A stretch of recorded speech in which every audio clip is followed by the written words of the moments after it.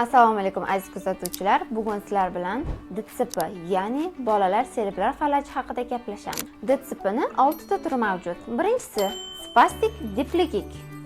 Eng ko'p uchraydigan turi bo'lib, ikkita oyoqlarda tonus kuzatiladi.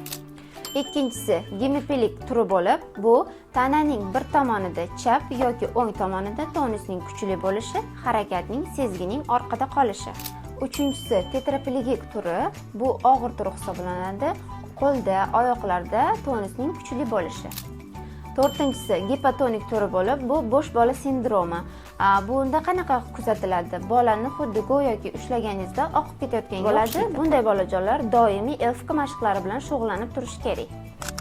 Beshinchisi gipergenetik turi bo'lib, bunda bolalar harakatlanayotganda muvozanatini saqlay olmaydi, qo'l-oyoqlarini qo'yganda qaltirab, vibratsiya beradi.